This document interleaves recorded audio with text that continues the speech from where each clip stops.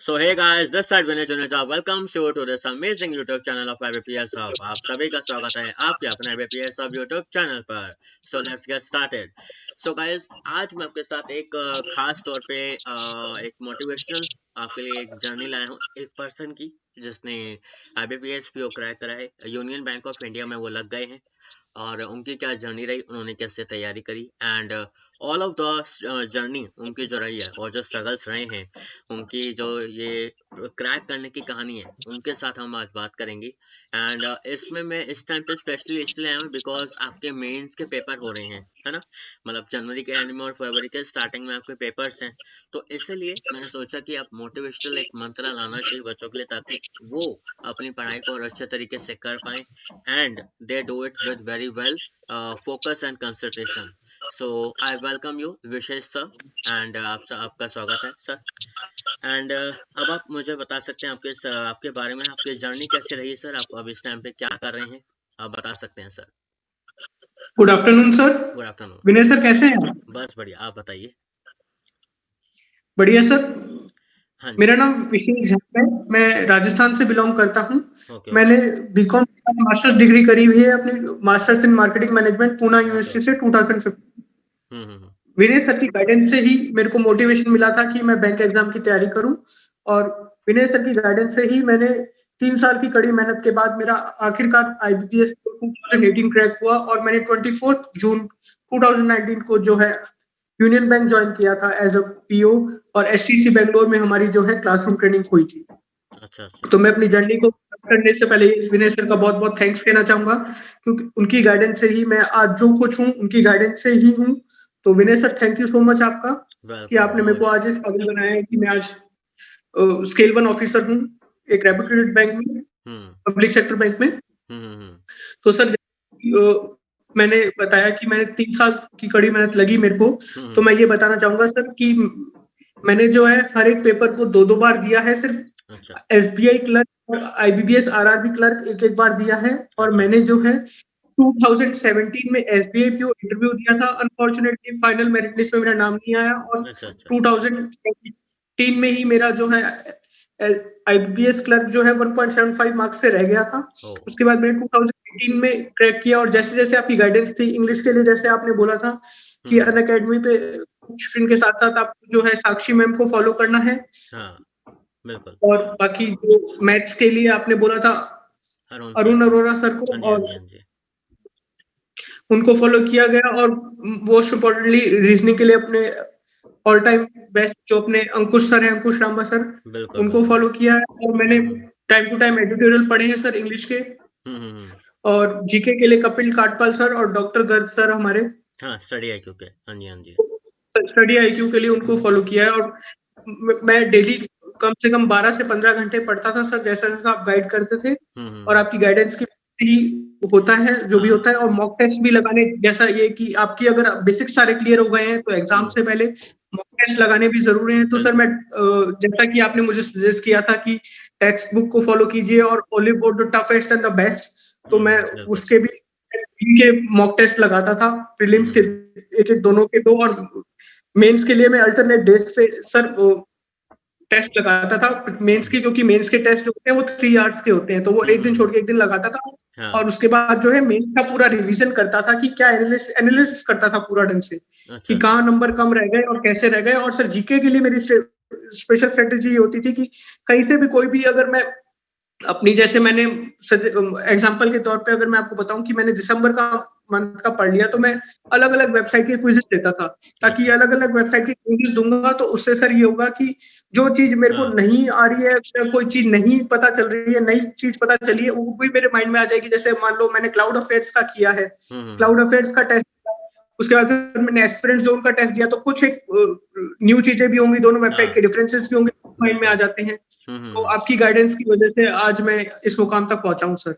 और जैसा कि मैंने आपको सजेस्ट किया था कि आप जो है अपना चैनल करें, एक यूट्यूब पे बनाएं, तो सर आज आपने चैनल को भी आपको एक 1.5 साल हो चुका है. उसके लिए भी सर बहुत बहुत थैंक. और भी आप अपने बच्चों को करें और आगे लेकर जाएं सर। बिल्कुल बिल्कुल। तो मैं आपसे एक बात पहले पूछना चाहूंगा कि आपने बैंक एग्जाम देना ही क्यों शुरू करा? कोई आरआरबी, एनटीपीसी, ये जो एग्जाम होते हैं दूसरे, एसएससी, सर इनको देखो क्यों शुरू नहीं से करा? ही वही पेपर देने थे इंस्टेंट, जिसमें सिलेक्शन हो। जो हाँ पेपर आईबीपीएस कराता है वही देने थे।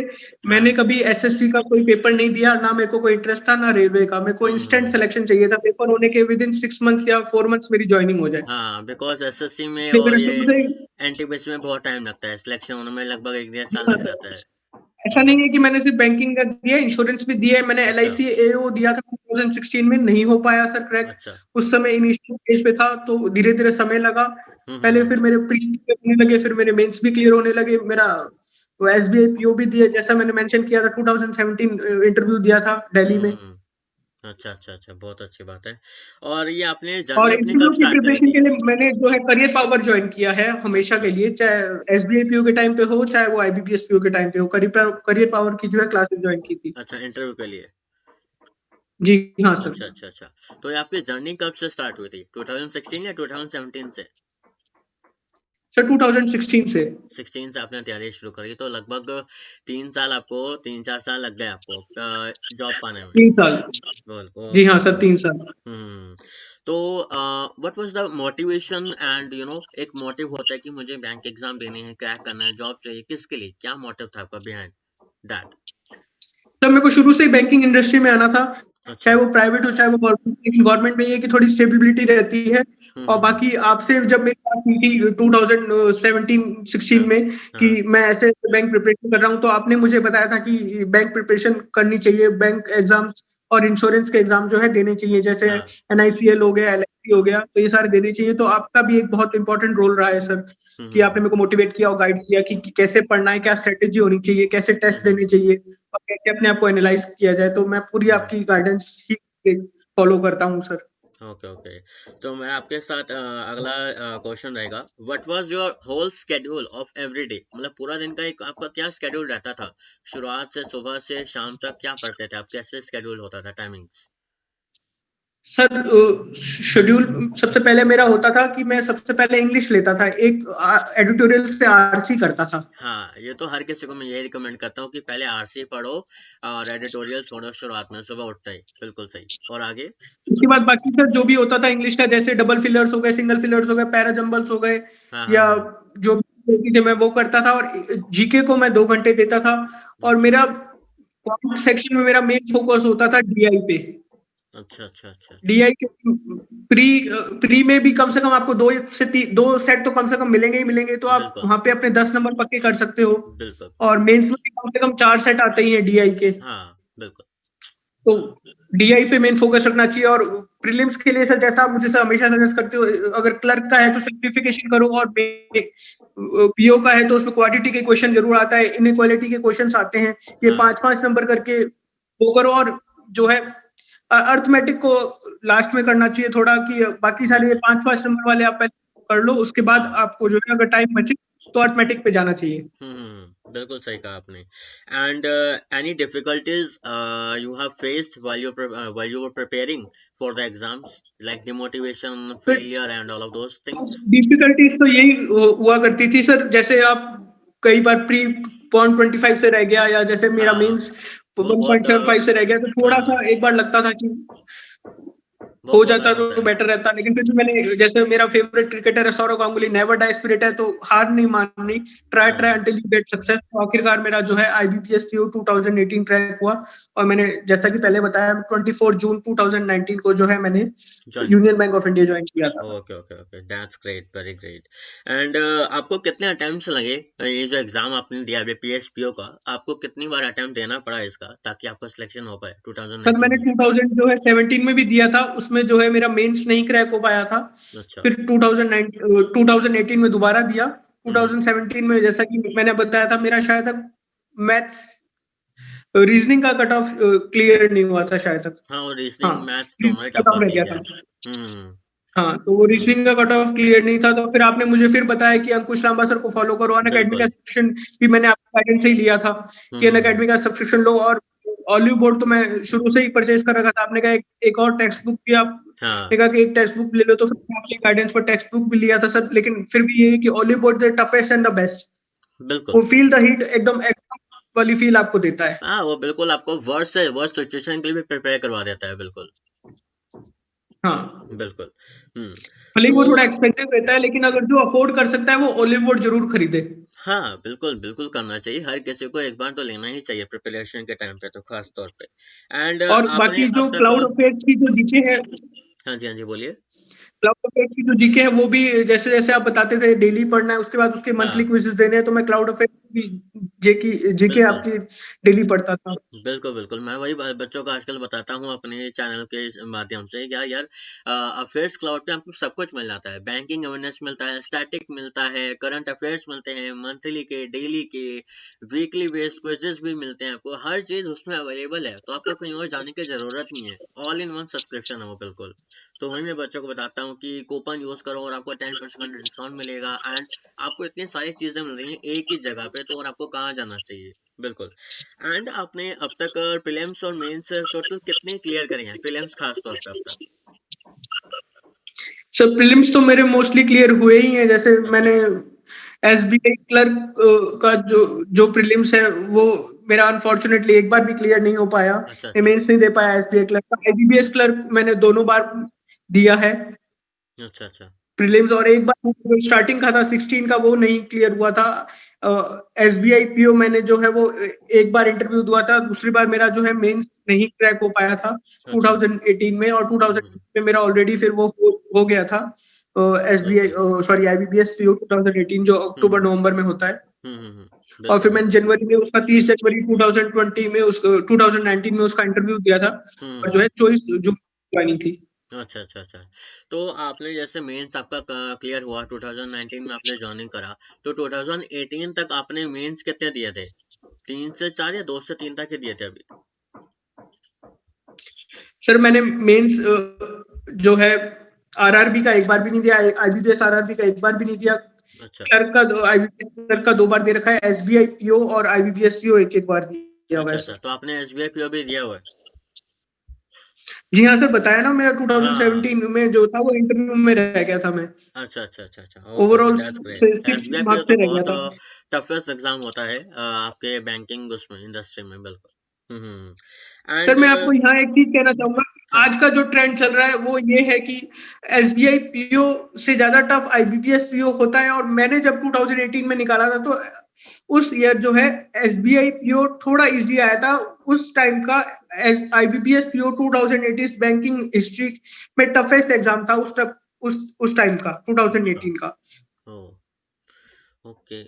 और एग्जाम सर एक्चुअली यार आपने जो ये डिस्क्रिप्टिव के लिए भी मेरे को गाइड किया था कि डिस्क्रिप्टिव भी आप जो जैसे मेंस में एसबीआई पीओ मेंस में और आईबीपीएस पीओ में ऐसे और लेटर लिखना होता है, तो जो हाँ जो हाँ टॉपिक्स आप मुझे बताते थे हाँ हाँ मैं हाँ, बिल्कुल वो वहीं से पढ़ता था, और जो जैसी जैसी गाइडेंस आपकी थी, क्योंकि वो भी एक इंपॉर्टेंट रोल है। और जैसा कि आपने मुझे कहा था कि लैपटॉप और जो है डेस्कटॉप अगर है आप पे तो उसी पे प्रैक्टिस करो, क्योंकि वहां पे टाइप बिल्कुल करना होगा, तो आपकी बिल्कुल। टाइपिंग स्पीड भी एक इंपॉर्टेंट रोल प्ले करती है, वहां पे हाँ आपको जो है बिल्कुल 30 मिनट मिलेंगे उसके लिए। बिल्कुल बिल्कुल बिल्कुल।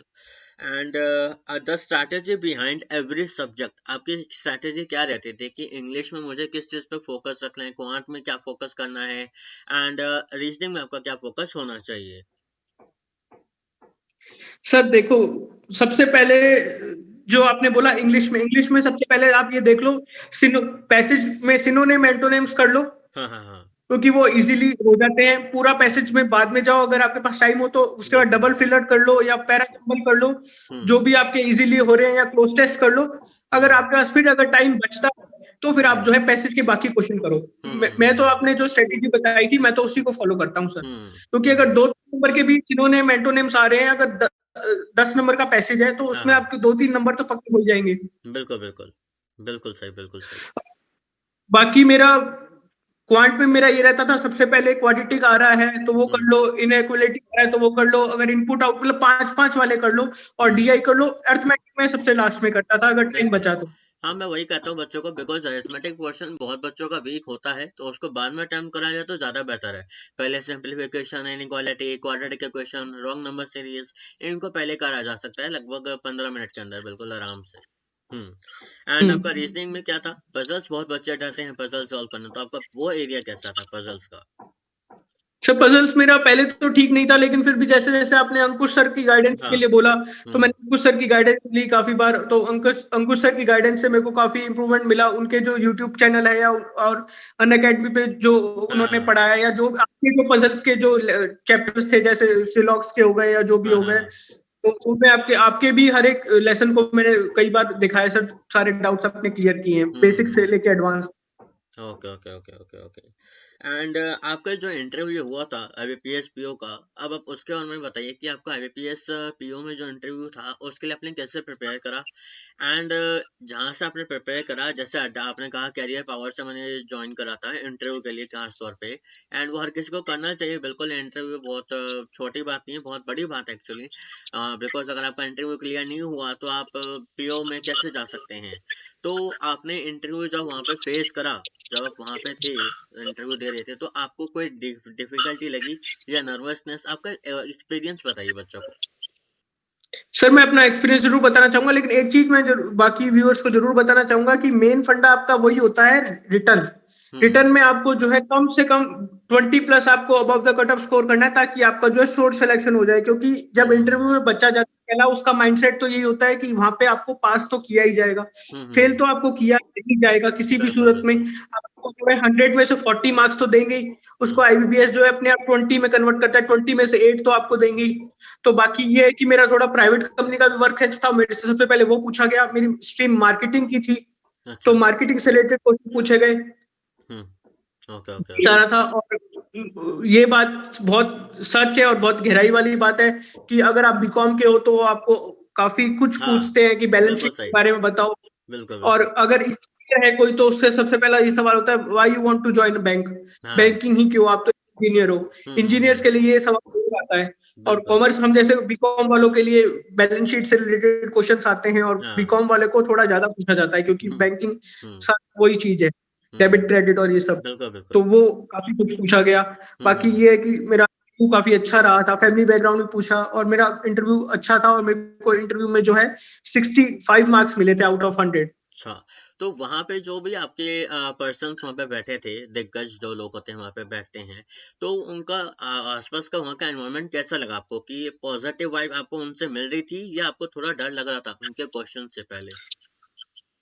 नहीं सर, मेरे को ऐसा कोई फियर नहीं था, क्योंकि मैंने प्राइवेट में भी जॉब किया है। तो इंटरव्यू का फियर तो मेरे को कोई नहीं था। लेकिन वहां पे अच्छा। जो डीजीएम सर बैठे होते हैं और जो 5 का पैनल होता है, हम्म। एक तो सिर्फ जैसे अगर कोई फीमेल है तो वो एक एचआर का रोल प्ले करती है। वो आपको ऊपर से नीचे पहले पूरा देखेगी, आपका ड्रेसिंग सेंस देखेगी और आपकी बॉडी लैंग्वेज देखेगी। वो भले ही आपसे कोई क्वेश्चन पूछे नहीं पूछे, वो पूरे इंटरव्यू के दौरान आपका आई कांटेक्ट कैसा है, अच्छा। कि आप जो सवाल पूछ रहे हो उससे आई कांटेक्ट रख रहे हैं। बाकी सबको भी बीच बीच में एक बार जैसे देखना होता है, कि ऐसा नहीं कि आपने जिसने सवाल पूछा है उसी को देख रहे हो, ऐसा भी नहीं करना चाहिए। अच्छा अच्छा तो अच्छा। ये सारी चीजें जो है, इन सबके भी बहुत ही इंपॉर्टेंट मार्क्स होते हैं। नहीं, आपने बहुत अच्छी और बात आपको बताई है एकदम बच्चों को, बिकॉज जो बच्चे इस चीज़ में थोड़ा कॉन्फिडेंस नहीं रखते हैं कि कैसे रखना चाहिए इंटरव्यू में, तो आपने बहुत अच्छी चीज़ बताई है बच्चों को कि यार कैसे ड्रेस कोड होना चाहिए, आपको आई कांटेक्ट किससे बना कर रखना है। बहुत ही इंपॉर्टेंट बातें हैं बच्चों के लिए, खास तौर पे जो आईबीपीएस पीओ या एसबीआई पीओ दे रहे हैं। बहुत अच्छी बात है। And how you were prepared about mentally? आपने जैसे कहा कि भाई मैं प्राइवेट में दे चुका हूँ तो मेरे को इंटरव्यू के लिए खास तौर पे पता था, बट ये जो क्वेश्चंस होते हैं ना, हमें एक तरह से रिवाइज करने पड़ते हैं कि क्या क्या क्वेश्चन पूछा जा सकता है, मैं कहाँ कहाँ से पढ़ूं। तो आपने इसके बारे में क्या थोड़ी तैयारी करी थी? विनय सर देखिए, ऐसा है कि वो कुछ भी कहीं से भी कुछ भी पूछ सकते हाँ हैं। बिल्कुल बस बिल्कुल। ये है कि आपको मोस्ट इम्पोर्टेंट चीज ये होनी चाहिए कि आपको आपका एकेडमिक्स क्लियर होना चाहिए। हाँ क्योंकि अगर बिल्कुल सही। आपका क्योंकि वो अगर इंजीनियर्स है तो मोस्टली इंजीनियर बैकग्राउंड से वो पूछेंगे, और बीकॉम वाला या कॉमर्स वाला है तो वो जरूर पूछेंगे, और वो नहीं आता तो फिर थोड़ी हंसी भी उड़ सकती है उस समय पे। बिल्कुल बिल्कुल इसलिए आपको बिल्कुल सही। एक चीज कहूंगा, आपको आपका एकेडमिक्स एकदम ढंग से पता होना चाहिए। Okay okay okay okay. ये बात बिल्कुल सही आपने कही। एंड हाउ, मैंने जैसे आपको बताया कि जैसे मैंने आपको कुछ tips and tips the prelims के लिए और मेंस के लिए, तो उस तरीके से आपको परफेक्टली हेल्प तो मिली है, बट कितने तरीके से आपको जो दूसरे सोर्सेस मिले मेरी तरफ से या कोई और वेब सीरीज मैंने आपको बताया कि ये वेबसाइट पे जाके आप देख सकते हैं कौन कौन से मॉक टेस्ट अवेलेबल हैं, उससे आपको कितनी और हेल्प मिली है। जैसे मैंने आपको बताया था टेक्स्ट बुक ले लो, प्रैक्टिस बुक ले लो, एंड ऑलीबोर्ड तो आपके पास पहले से था ही। तो प्रैक्टिस मोड और टेक्स्ट बुक का लेवल आपको ऑलीबोर्ड से कैसा लगा उसमें? सर डिफरेंस तो है लेवल में, लेकिन मैं यही कहना चाहूंगा पहले आप अपना जो है पहले पूरा अपना बेसिक सारा क्लियर करो, पहले खूब प्रैक्टिस करो। उसके बाद एग्जाम से पहले सिर्फ आप मॉक टेस्ट दो, ताकि आपकी जो है स्पीड टेस्ट एसटी बोलते हैं जिसे, अगर आप वो दोगे तो आपका जो है प्रॉपर एनालाइज हो पाएगा। लेकिन ओले बोर्ड का लेवल सबसे हाई रहता है, प्रैक्टिस मॉक और टेक्स्ट बुक का उतना नहीं रहेगा जितना, specially in terms of mains. बिल्कुल बिल्कुल बिल्कुल सही कहा आपने। एंड जो आपका लेवल आपने कहा बिल्कुल डिफरेंट तो उसमें होता है। तो मैं आपसे एक और चीज़ पूछना चाहूँगा, एट दी एंड मैं सेशन को एंड करना चाहता हूँ बच्चों के, ताकि वो ज़्यादा समझ जाए बातों को एंड में। तो अगर आपके पास कोई लास्ट मैसेज हो स्ट्रगलर्स के लिए जो इस टाइम पे 3-4 साल से 5 साल से लगे हुए हैं और वो अपने एग्जाम क्रैक नहीं कर पा रहे हैं, एंड उनका प्रीलिम्स से क्लियर नहीं हो पा रहा और मेंस में वो सोच रहे कैसे जाऊंगा, कैसे मैं कर पाऊंगी, तो उनके लिए आपका एक लास्ट मैसेज क्या रहेगा बच्चों के लिए, ताकि उनको समझ में आ पाए कि हाँ हर कोई क्रैक कर सकता है एग्जाम, इज जस्ट दैट आपको फोकस रखना है, कंसंट्रेशन रखना है, और जो क्रैक कर चुका हो वो इन बच्चों को क्या एक सलाह देना चाहेगा एट द एंड? सर मैं यही बोलना चाहूंगा कि सर जो है प्रॉपर गाइडेंस मिले और मेहनत करनी है कि ये ठानना है कि बिल्कुल मैं ये करूंगा और ये मैं कर सकता हूँ। बिल्कुल तो आपका जरूर सक्सेस होगा, चाहे मेरे को भी खुद को भी तो 3 साल लगे हैं। ऐसा नहीं है बिल्कुल कि बिल्कुल। अगर आप ऐसे ही घर वालों के प्रेशर में आके कर रहे हैं, अपना मन नहीं है, तो वो हम्म मैं ये कहूंगा कि नहीं करना चाहिए। अगर आपकी हम्म अंतरात्मा नहीं कह रही कि नहीं हो कर हम्म सकते या नहीं होगा, तो हम्म अगर दिखावे के लिए ना करें। बिल्कुल अगर सही आपको कहा इनर आपने। फीलिंग है कि करना हम्म है, तो जरूर करें। और नेक्स्ट ईयर का मूव देखना बहुत इंटरेस्टिंग होगा। नेक्स्ट ईयर नहीं, मतलब आई मीन दिस इज 2021 में जो चल रहा है, लेटर हम्म हाफ में जो सीईटी होगा, हाँ। उसमें क्या रहता है गवर्नमेंट का, कैसे बैंक एग्जाम्स होंगे, वो हम्म देखना काफी इंटरेस्टिंग होगा। बिकॉज बहुत बातें उछल के आ रही हैं कि पैटर्न बदलेगा, सिलेबस बदलेगा, जीके भी आ सकता है उसके अंदर, तो कुछ पता नहीं अभी क्या देखते हैं। वो तो खैर गवर्नमेंट है, गवर्नमेंट ही बताएगी एट द एंड कि सितंबर में जो पेपर होने हैं तो उसके लिए क्या सिलेबस और पैटर्न रहेगा। बहुत बच्चे मुझसे पूछते हैं कि सर सीटी होगा नहीं होगा, उससे पहले एसबीआई पीओ होगा या नहीं होगा। तो मैं आपसे आपकी टेक लेना चाहता हूँ कि आपको क्या लगता है, एसबीआई पीओ और एसबीआई क्लर्क उससे पहले आ जाएगा? आपको क्या लगता है आपके हिसाब से? सर आ सकता है, लेकिन as per Anil Agarwal sir ने जो ऑफिशियल वीडियो डाला है हाँ। कि सेकंड हाफ में जो है 2021 के जो है सीटी ऑलमोस्ट रेडी है, हम्म वो हम्म इम्प्लीमेंट हो जाएगा। तो उससे हम्म पहले शायद तक जो है एसबीआई क्लर्क आ सकता है, क्योंकि एसबीआई पीओ का जो फाइनल सिलेक्शन होगा वो 31 मार्च तक हो जाएगा। फिर हम्म वो अप्रैल मई में जो है ये जो भी ऑनगोइंग पेपर है, कल और परसों जो पेपर होगा 4 और 5 तारीख को, हम्म तो हम्म उसमें जो है उसका प्रोसेस पूरा पूरा होते ज्वाइनिंग होते होते उसको जो है अप्रैल में ही हो जाएगा। तो हम्म एसबीआई क्लर्क जो है हम एक्सपेक्ट कर सकते हैं 2021 जो आ सकता है फेब या अप्रैल तक। Okay okay okay. एंड आपके कोई भी लास्ट विशेष जो भी एसबीआई पीओ प्रीलिम्स देने वाले हैं 4-5-6 को? बस मैं उनको यही कहना चाहूंगा कि आप पूरा फोकस से करें और हाँ। आराम से करें। एक चीज बहुत इंपॉर्टेंट ध्यान रखें, एसबीआई का प्लस पॉइंट रहता है no sectional cut off, overall हाँ कट ऑफ ही मैटर करेगी। अगर आपका कोई बिल्कुल। वीक पॉइंट है, जैसे कुछ का होता है इंग्लिश, तो एक बार छोड़ दीजिए आप। अगर ओवरऑल कट ऑफ पे फोकस करेंगे तो भी आपका जो है प्रीलिम्स या एसबीआई पूरा क्रैक हो सकता है, क्योंकि एसबीआई के ना प्रीलिम्स में ना मेंस में सेक्शनल कट ऑफ नहीं होती है बिल्कुल बिल्कुल। आईबीपीएस की तरह। तो ये एक एडवांटेज रहता है एसबीआई के लिए, जो हम्म। एसबीआई जा रहे हैं। Okay okay okay okay. And so अब मैं ये कहूँगा, थैंक यू सो मच विशेष जुड़ने के लिए साथ में मेरे आईबीपीएस अब यूट्यूब चैनल पे। एंड हम इस प्लेजर इज सेशन माइन को sir, always always any time for you sir. बिल्कुल थैंक यू सो बिल्कुल। Much sir. Thank you so much. तो गाइज आई होप आपको ये सेशन अच्छा लगा होगा। अगर आपको सेशन अच्छा लगा तो लाइक करना मत भूलना, कमेंट करना। अगर आपको कोई भी क्वेरी हो तो विशेष सर बिल्कुल रिप्लाई करेंगे टू योर क्वेरीज, अगर आपकी कोई भी ज्वाइनिंग के बाद की कोई क्वेरीज हो। और ऐसे सेशंस मैं आपके सबके लिए लाता रहूंगा। शेयर करो सेशन को and do not forget to subscribe the channel. Subscribe करा करो चैनल को ताकि आपको नोटिफिकेशंस मिलते रहें और मेरी जो भी नई नई वीडियोस आने वाली हैं उनका भी आपको पता चलता रहे कि सब सर का और कौन से वीडियोस जल्दी लाने वाले हैं। अगर आपको कोई भी क्वेरी हो आप मेरे साथ फेसबुक पेज पर जुड़ सकते हैं, www.facebook.com/ibpshub। ये मेरा फेसबुक का चैनल है, आप यहाँ पे आ सकते हैं और मेरे साथ जुड़ सकते हैं। कोई भी क्वेरी हो मैसेज करिए, I will reply to your queries as soon as possible. तो Vishesh sir, thank you so much for joining with me. And take care. Thank you sir, always welcome. Okay thank you. So okay guys, bye bye, take care and अपने माँ बाप का भी ध्यान रखिएगा। Bye bye.